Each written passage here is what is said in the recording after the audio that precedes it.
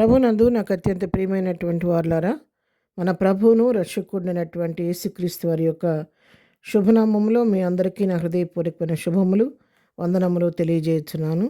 అందరూ బాగున్నారా? మీ అందరూ బాగుండాలని మీ క్షేమం కొరకు ప్రతినిత్యం ప్రార్థన చేస్తూ ఉన్నాను. వాక్యం విని బలపడుతున్నారని నమ్ముతున్నాను. ప్రియులారా, వాక్యం విని ఇతరులకు కూడా షేర్ చేయండి. వింటున్న వాక్యాలు మీకు నచ్చినట్లయితే ఒక లైక్ చేయండి. మరి ఇంతవరకు సబ్స్క్రైబ్ చేసుకోకపోతే ఛానల్ సబ్స్క్రైబ్ చేసుకొని ప్రభు పరిచర్లో మీరు కూడా పాలిభాగస్తులు కావాలని క్రీస్తు ప్రేమను బట్టి మీకు తెలియచేస్తున్నాను. ఈరోజు వాక్య ధ్యానం కొరకు మనం తీసుకున్నటువంటి లేఖన భాగము కొరింథీయులకు రాసిన 2వ పత్రిక 5వ అధ్యాయం 17వ వచనం. కాగా ఎవడైనను క్రీస్తునందున ఎడల వాడు నూతన సృష్టి, పాతవి గతించెను, ఇదిగో క్రొత్తవాయెను. ఆమేన్. దేవుని నామమునకు మహిమ కలుగును గాక.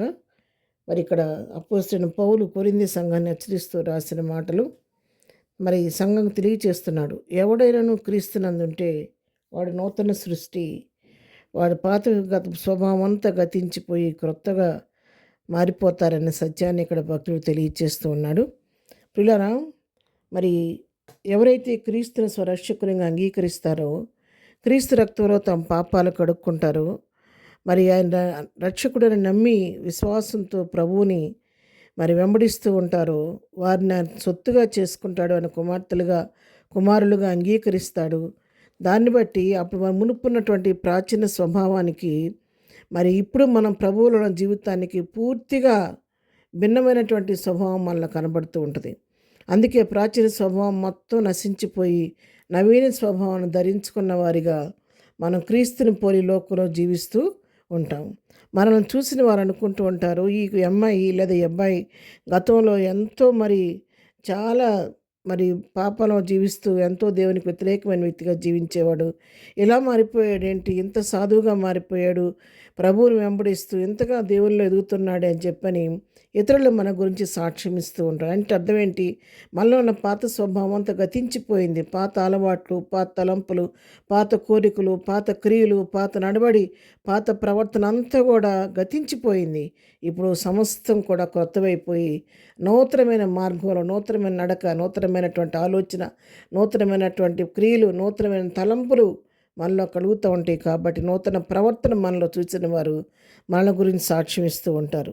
మరి ఇక్కడ మన ఫోటోలో మనం చూసినట్టుగా మరొక బటర్ఫ్లైని ఒక వ్యక్తి పట్టుకోవడానికి ప్రయత్నిస్తున్నగా మనం చూస్తున్నాము. ఈ సీతాకోకచిలుక యొక్క జీవితాన్ని మనం గమనించినట్లయితే అది మరి లావా దశలో ఉన్నప్పుడు మరి ఎట్లా ఉంటుందంటే అది మరి ఒక గొంగళ పురుగులాగా ఉంటుంది. గొంగళ పురుగులాగా ఉండి ఆ లార్వాలో మరి చూడటానికి ఎంతో మరి అసహ్యంగా ఉంటుందన్నమాట. అసలు దాన్ని చూస్తేనే అంత దూరం పరిగెత్తాం, అమ్మో బొచ్చు పురుగు అని చెప్పేసి అని ఆ గొంగళి పురుగుని చూసి పిల్లలు పెద్దలు అందరూ భయపడుతూ ఉంటారు, అసహ్యించుకోండి. ఎందుకంటే దాని రూపం అంతా భయంకరంగా ఉంటుంది. అంతేకాదు ఎక్కడన్నా అది పొరపాటున బట్టల మీద పడినా లేదా పొరపాటు మన కాలుకో చేతికో తగిలిందంటే విపరీతమైన దురద కలుగుతూ ఉంటుంది శరీరం మీద. అంత భయంకరమైనది కాబట్టి దాన్ని అసహ్యించుకుంటూ ఉంటారు. అదే కొంతకాలం అది ప్యూపాదశలోకి వెళ్ళిపోయి కొన్ని దినాలు తాను అక్కడ ప్యూపాదశలో ఉన్న తర్వాత దాన్ని పగలగొట్టుకొని కొంచెం కొంచెంగా బయటకు వచ్చిన తర్వాత చూస్తే దాని రూపం పూర్తిగా మారిపోయి నవీన స్వభావాన్ని ధరించుకొని నవీనమైన రూపంతో, క్రొత్త రూపంతో చక్కటి రంగురంగుల సీతాకో చిలుకలాగా బయటకు వస్తుంది. అవును ప్రియులారా, మనము కూడా అంతే. పాపంలో, లోకంలో ఉన్నంతకాలం భయంకరమైనటువంటి పాపంలో, లోకంలో జీవించిన దాన్ని బట్టి ఆ పాపపు దుర్గంధం మనలో నుంచి బయటకు వస్తున్న దాన్ని బట్టి లోకం మనల్ని అసహించుకుంటూ ఉంటుంది. ఎప్పుడైతే మన ప్రాచీన స్వభావాన్ని క్రీస్తులో పాతిపెట్టి నవీన స్వభావాన్ని మనం ధరించుకుంటామో అప్పుడు మనం కూడా ఆకర్షణీయమైన సీతాకో చిలుకుల్లాగా చూడటానికి ప్రజలకు మరి ప్రత్యేకమైన వ్యక్తులుగా క్రీస్తుని పోలి లోకంలో జీవించేవారుగా మనం కనబడతాం. కాబట్టి ప్రభు కొరకు మన సాక్షులుగా జీవించగలుగుతాము. ప్రార్థన. ప్రేమగల తండ్రి, పరిశుద్ధురాన్ని కొందనాలు.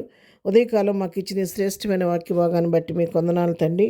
అవును నాయన, క్రీస్తులో ఎవరైతే ఉంటారో నీ యందు ఉన్నవారు నూతన సృష్టి అని వాక్యం సెలవిస్తాం. అవును ప్రభువా, మా ప్రియులైన వారందరికీ అటు అనుభవం దయచి ఇంకెవరైతే ఆ అనుభవంలోకి రాలేదో వారిని కూడా ఈ పాపపు ఆయన ప్రభువా మరి చీకటి నుండి విడిపించి గాఢాంధకారంలో విడిపించిన ఆయన వారిని ప్రభువా నిత్యమైనటువంటి కృపలో వారిని జ్ఞాపకం చేసుకొని వారి నూతన సృష్టిగా చేయని రక్షణతో అలంకరించండి. ప్రభువా నీ మా యొక్క స్వభావాలు నూతనపరచబడి క్రీస్తుని పోలి జీవించే అనుభవం మాకందరికీ దయచేయండి అయ్యా. నీ స్తోత్రాలు. లోకాన్ని చూపించే వరకు ఉండటానికి సహాయం చేయండి. ఇదైనా మేము చేయి పని పాట రాకపోకలు తోడుగా ఉండండి.